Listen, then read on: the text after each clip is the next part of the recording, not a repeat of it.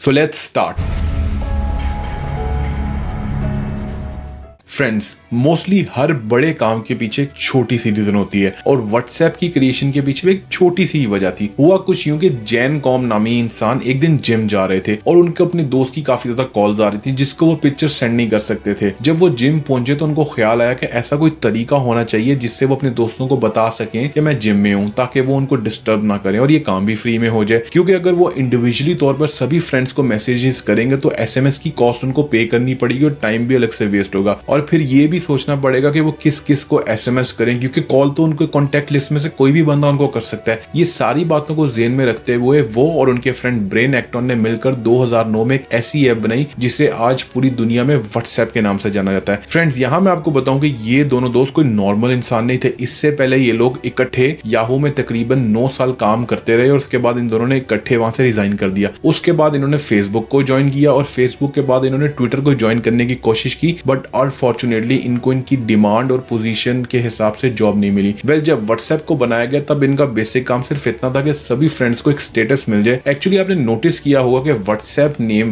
WhatsApp से बहुत ज्यादा रिजेंबल करता है। व्हाट्सएप कहते हुए आप बस सामने वाले से हाल चाल पूछते हैं कि वो इस वक्त क्या कर रहा है, दैट्स इट। उस वक्त व्हाट्सएप का बेसिक काम भी यही था कि वो करंट स्टेटस बताए। फॉर एग्जाम्पल, स्टेटस बार में कोई भी पर्सन लिखता है कि I am at the gym now, तो उसके सारे फ्रेंड्स उसके स्टेटस को देख सकते हैं और ये लोग भी अपने दूसरे फ्रेंड्स के स्टेटस को देख सकते हैं। लेकिन देखते ही देखते लोगों ने इसे चैट करने के लिए भी यूज करना शुरू कर दिया। इन सब को देखते हुए व्हाट्सएप के ओनर ने इसको मजीद मॉडिफाई किया और इसको एक चैट ऐप बना दिया। आप सब जानते हैं कि 2009 में एसएमएस सेंड करने के लिए सिम नेटवर्क कंपनी को पैसे देने पड़ते थे। इवन अभी भी हम एसएमएस फ्री में नहीं करते, हमें एसएमएस बंडल परचेज करने पड़ते हैं जो कि वैल्यू के हिसाब से सस्ता और महंगा होता है। और व्हाट्सएप की सबसे खास बात यह थी कि इसके लिए आपको कोई भी एक्स्ट्रा चार्जेस पे नहीं करने पड़ते। ये हर इंटरनेट यूजर के लिए बिल्कुल फ्री है। लेकिन उस वक्त एक ऐप ऑलरेडी काम कर रही थी जिसका नाम BBM यानी कि ब्लैकबेरी मैसेंजर था। लेकिन इसमें एक कंडीशन थी कि आपके पास ब्लैकबेरी कंपनी का मोबाइल होना जरूरी है। मतलब कि ये एडवांटेजेस सिर्फ ब्लैकबेरी यूजर्स के लिए थे। लेकिन व्हाट्सएप ने ये सारे बैरियर्स को तोड़ दिया और व्हाट्सएप को हर एक के लिए फ्री मैसेजिंग ऐप बना दिया। WhatsApp all over the world famous हो गया। लेकिन इस वर्ल्ड में यूएसए बिल्कुल शामिल नहीं था, क्योंकि यूएसए में एसएमएस तो बिल्कुल फ्री थे और कॉलिंग रेट्स भी बहुत लो थे। यही वजह है कि यूएसए में व्हाट्सएप की कोई खास मार्केट वैल्यू नहीं थी। व्हाट्सएप के मॉडल को लेकर इसके ओनर बहुत ज्यादा क्लियर थे कि वो इसमें कोई एड्स रन नहीं करेंगे, ना ही कोई गेम वगैरह ऐड करेंगे और ना ही किसी किस्म के गिमिक्स का यूज किया जाएगा। और इनके गोल्स को ब्रेन एक्टर ने तो लिटरली अपने डेस्क पर पिन करके रखा था। लेकिन अब प्रॉब्लम ये थी कि अर्निंग कैसे की जाए, क्योंकि व्हाट्सएप को बनाने और मेंटेन करने में तो पैसे तो लगते हैं। और फ्रेंड्स, मैं आपको एक इंटरेस्टिंग बात बताता हूँ। जब कोई न्यू यूजर व्हाट्सएप को ज्वाइन करता है तो उनके नंबर पर एक ओटीपी कोड जाता है। सिर्फ यही एक एसएमएस सेंड करना भी व्हाट्सएप कंपनी को काफी महंगा लग रहा था, क्योंकि इसकी कोई खास इनकम नहीं थी। व्हाट्सएप के पास छोटी मोटी कंपनीज की इन्वेस्टमेंट्स तो थी, लेकिन वो इनके लिए काफी नहीं थी। तो व्हाट्सएप के ओनर ने इसको कुछ कंट्रीज में पेड ऐप बना दिया। वहां व्हाट्सएप डाउनलोड करने के लिए $1 पे करना पड़ता था और उसके बाद एनुअली भी $1 पे करना पड़ता था। सिर्फ $1 पे करना कोई बहुत ज्यादा महंगा काम नहीं था। इससे इसकी पॉपुलैरिटी में कोई खास फर्क नहीं आया और इससे इसके ओनर्स ने बिना अपने रूल्स चेंज किए थोड़ी बहुत इनकम भी कमाना शुरू कर दी, जिससे वो ऐप में इजीली अपडेट्स और मॉडिफिकेशन ला पा रहे थे। और 2011 तक व्हाट्सएप ऐप स्टोर में सबसे टॉप रैंक होने वाला ऐप था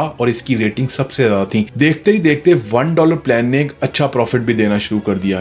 वो अब अपनी टीम को ज्यादा बेहतर सैलरी ऑफर करने लगे। अब ज्यादा अच्छी सैलरी मिलेगी तो जाहिर सी बात है कि टीम भी ज्यादा अच्छा काम करेगी। तो ओवरऑल व्हाट्सएप प्रोजेक्ट और ज्यादा ग्रो होना शुरू हो गया और ऐसा होते हुए भी व्हाट्सएप बाकी तमाम सोशल ऐप की रेस में सबसे आगे जाने लगा। WhatsApp monthly 45 million active users gain करने लगा और ये फेसबुक, इंस्टाग्राम, स्काइप और इवन जीमेल से भी बहुत ज्यादा थे। अब इधर एंट्री होती है फेसबुक की। मार्क ज़करबर्ग जो कि बहुत चालाक बिजनेसमैन है, उनको जिस कंपेटिटर से खतरा होता है वो उसको अपने पैसे की पावर से खरीद लेते हैं। आफ्टर फेसबुक, मार्क की नजर इंस्टाग्राम और व्हाट्सएप पर थी। उन्होंने 2012 में $1 बिलियन में इंस्टाग्राम को खरीद लिया। उस टाइम व्हाट्सएप के साथ उनकी कोई खास डील नहीं बन सकी। लेकिन 2014 में मार्क ने 16 बिलियन में व्हाट्सएप को भी खरीद लिया और डील सिर्फ इस बात पे हुई कि मार्क व्हाट्सएप के किसी भी टीम मेंबर को नहीं निकालेंगे। इवन व्हाट्सएप की सारी मैनेजमेंट ब्रेन ब्रेन एक्टन और जैन कॉम ही लीड करेंगे, जो कि व्हाट्सएप के फाउंडर्स थे। सो इस तरह व्हाट्सएप के ओनर्स रातों रात मिलियनेयर हो गए और मार्क ज़करबर्ग के लिए उन्होंने काम करना शुरू कर दिया, यानी कि इन शॉर्ट वो फेसबुक के लिए ही काम करना शुरू हो गए। उस वक्त फेसबुक के रास्ते का सबसे बड़ा पत्थर जो कि व्हाट्सएप था वो अब हट चुका था। इसके साथ साथ कुछ और भी ऑनलाइन चैटिंग एप्स अब मार्केट में आ गई थी, जैसे कि वीचैट, किकी, वाइबर और लाइन। लेकिन व्हाट्सएप को खरीदने के बाद मार्क ने बाकी एप्स की परवाह करना छोड़ दी। व्हाट्सएप को ऑन करने की और बहुत बड़ी रीजन थी यूजर डाटा। मार्क ये बहुत अच्छे से जानते थे कि व्हाट्सएप के थ्रू उनको बहुत ज्यादा यूजर्स का डाटा मिल जाएगा, जिसको आगे चलकर वो अपनी मर्जी के हिसाब से यूज भी कर सकेंगे और सेल भी कर सकेंगे। इनफैक्ट मार्क ने 2016 में व्हाट्सएप की जो $1 फी थी वो भी तकरीबन खत्म कर दी, बल्कि खत्म ही कर दी, और व्हाट्सएप को over the globe free app बना दिया ताकि ज्यादा से ज्यादा लोग इसके जाल में आ सके। मार्क चूंकि अब व्हाट्सएप की प्रॉपर्टी को ओन करते थे तो इससे वो पैसा ना कमाए ये तो हो नहीं सकता। मार्क ने अपना असली रंग दिखाने में ज्यादा टाइम नहीं लगाया और उसने व्हाट्सएप के को फाउंडर्स को मैनिपुलेट करना शुरू कर दिया। उनका मकसद था कि व्हाट्सएप को प्रॉफिटेबल किसी न किसी तरीके से बनाया जाए ताकि जिन लोगों से मार्क ने इन्वेस्टमेंट कलेक्ट किए उनको भी कुछ ना कुछ प्रॉफिट मिल सके। जाहिर सी बात है, मार्क अब यूजर्स के पर्सनल डाटा को यूज करना चाहते थे और आप खुद अंदाजा लगा सकते हैं कि किस टाइप के लोगों ने मार्क को पैसा दिया होगा और उनके क्या नेक इरादे होंगे। किसी को आपकी चैट्स एनालाइज करके आपका पॉलिटिकल पर्सपेक्टिव समझाना ताकि वो आपके माइंड को अपने हिसाब से प्रोग्राम कर सके। किसी को आपके इंटरेस्ट में इंटरेस्ट है ताकि वो आपको अट्रैक्टिव एड्स दिखाकर पैसा कमा सके, और किसी को तो लोगों की न्यूड फोटोज चाहिए होती है ताकि वो इसको डार्क वेब पर सेल आउट कर सके। इन्हीं सभी शैतानी इरादों के लिए मार्क ने जॉन कैम और ब्रेन एक्टन को प्रेशराइज किया और 2017 में ब्रेन एक्टन ने व्हाट्सएप को छोड़ दिया और मार्क के अंडर काम करने से मना कर दिया। ठीक 1 साल बाद जॉन कॉम ने भी इस कंपनी को बाय बाय बोल दिया, क्योंकि इन दोनों फ्रेंड्स का मोटिव था कि वो यूजर्स के डाटा को मिसयूज नहीं करेंगे, और अपनी आंखों के सामने ये सब होता देखकर उनको जॉब छोड़नी पड़ी। इनके लिए आसान नहीं था, इनको मिलियंस ऑफ डॉलर का नुकसान बर्दाश्त करना पड़ा और शायद ही इनको अब कोई और इस लेवल पे जॉब मिल सके। एक तरह से ये अपनी लाइफ में अब 10 साल पीछे जा चुके थे। ब्रेन एक्टन ने अपने पैशन को एक बार फिर पूरा करने की कोशिश शुरू कर दी। 2018 में ही ब्रेन ने एक नई ऐप बनाई जिसका नाम सिग्नल रखा गया। ये ऑलमोस्ट व्हाट्सएप की तरह ही काम करती है, लेकिन ये यूजर्स की प्राइवेसी को बहुत ज्यादा सीरियस लेती है। सिग्नल ऐप की टर्म्स एंड कंडीशन में साफ लिखा हुआ है कि ये एक नॉन प्रॉफिट ऐप है और उनका मेन मिशन है यूजर के डाटा को सिक्योर रखा जाए। फ्रेंड्स, वैसे तो ये बहुत जबरदस्त ऐप बन चुका था, लेकिन इसको व्हाट्सएप की तरह फेमस करना तकरीबन नामुमकिन था, और इस बात की 2 मेन रीजंस है। पहली तो ये कि जब व्हाट्सएप को लॉन्च किया गया उस वक्त मार्केट में कोई भी